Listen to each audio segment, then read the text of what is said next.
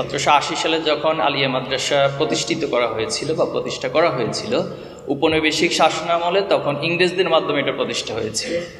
তো এই প্রতিষ্ঠাটা কোনো কারণে মুসলিমদের আবেগ এবং অনুভূতিকে জাস্ট একটা বুঝ দেওয়ার কারণ ছিল, নাকি সত্যিকার অর্থে ইসলামী ভাবধারা এবং এই সমাজ থেকে মুসলিম সত্তাকে বিকশিত করে সেখান থেকে আলেম তৈরি হবে এবং সত্যিকার অর্থে তারা দেশ জাতিকে নেতৃত্ব দেওয়ার মতো ভূমিকা রাখবে, এই প্রশ্নটি আমাদেরকে সমাধান হওয়া দরকার।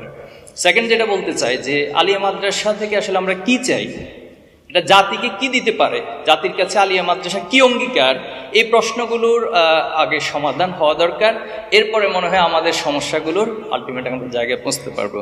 অনেক আলোচকরাই অনেক বিষয় বলেছেন, সমস্যাগুলো বলেছেন যে ক্লাস হচ্ছে না, এরপরে হচ্ছে এখানে শিক্ষক ছাত্রের মাঝে একটা সম্পর্কের দূরত্ব দেখা যাচ্ছে, অথবা যেভাবে করে এখান থেকে আউটপুট আসার কথা সেগুলো আসছে না।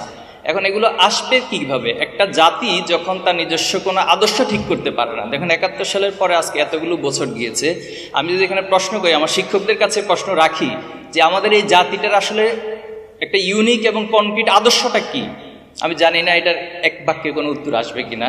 আপনি রাষ্ট্রীয় মূলনীতির মধ্যে উল্লেখ করেছেন যে ধর্মনিরপেক্ষ মতবাদ, আবার আরেক দিক থেকে বলতেছেন জাতীয়তাবাদ, তার মানে একটার সাথে কন্ট্রাডিক্টরি।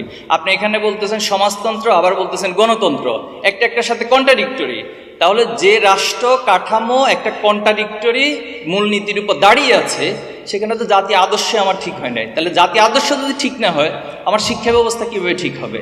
এখন শিক্ষা ব্যবস্থার প্রসঙ্গে যদি আসি আমরা, আমাদের শিক্ষা ব্যবস্থাটা যে একটা সার্টিফিকেট ওরিয়েন্টেড এবং প্রসেস ওরিয়েন্টেড, অর্থাৎ এখানে আমি ধাপে ধাপে যাবো, আমাকে একটা সার্টিফিকেট দিবে, কিন্তু আসলে আমার গোলটা কি? এই শিক্ষা ব্যবস্থা থেকে আসলে আমি কি চাই, পুরো জাতিকে কি দিতে চাই, কোন আদর্শে সবাইকে একটা জায়গায় পৌঁছাতে চাই?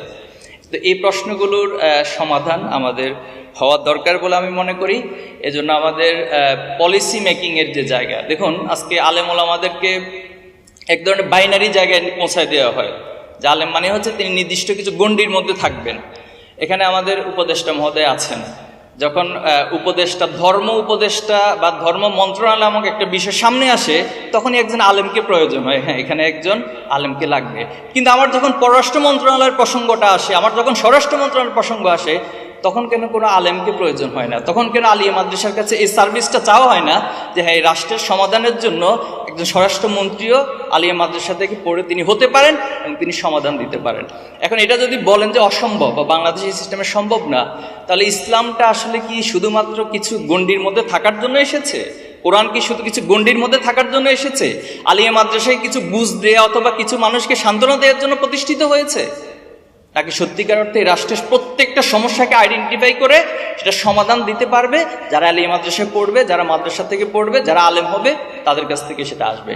তো এই বিষয়গুলো আমাদের সমাধান হওয়া দরকার বলে আমি মনে করি। এবং আলিয়া মাদ্রাসার যে যুগোপযোগী শিক্ষা ব্যবস্থার সাথে তাল মিলানো, এবং পৃথিবী আজকে যে জায়গাটাতে যাচ্ছে সে জায়গাটাতে আমাদেরকে যাওয়ার জন্য অবশ্যই পদক্ষেপ গ্রহণ করতে হবে। আলহামদুলিল্লাহ সকল বক্তারা এই কথাটা বলেছেন যে শুধুমাত্র আলোচনার মধ্যে থাকলে হবে না, এটাকে এখন মাঠের জায়গায় নিয়ে যেতে হবে। সব আন্দোলনের মধ্যে ইন্টেলেকচুয়াল মুভমেন্ট এবং মাঠের আন্দোলন দুইটার একটা কম্বিনেশন প্রয়োজন হয়। আলহামদুলিল্লাহ আমরা যেহেতু জুলাই পরবর্তী প্রজন্ম এবং জুলাই আন্দোলনে সম্পৃক্ত থাকার কারণে, ছাত্র রাজনীতির সাথে সম্পৃক্ত থাকার কারণে আমাদের চাহিদাটা আপনাদের কাছে একটু তড়িৎ গতিতে আমরা চাই। কোনো কিছু ধীর গতিতে আস্তে আস্তে করে হবে, হচ্ছে, এভাবে করে অনেক বছর তো আমরা পার করেছি। 71-এর পরে তো বছরের পর বছর পার করে ফেলছি, বাট জাতিকে তো একটা জায়গা এখনো নিয়ে যেতে পারিনি। এই জন্য আমাদের এখানে যারা আছেন কর্তৃপক্ষ, শিক্ষক, আপনাদের প্রতি অনুরোধ থাকবে আপনারা আমাদের প্রজন্মের চাহিদাটাকে বুঝে মাদ্রাসা শিক্ষা না, শুধুমাত্র টোটাল আলিয়া মাদ্রাসা, কওমি মাদ্রাসা সহ টোটাল শিক্ষা ব্যবস্থাটা নিয়ে আপনারা ভাববেন, সে আশাবাদ ব্যক্ত করে এবং প্রত্যাশা রাখি যে এটার একটা গুণগত পরিবর্তন আসবে ইনশাআল্লাহ। আসসালামু আলাইকুম ওয়া রাহমাতুল্লাহি ওয়া বারাকাতুহু।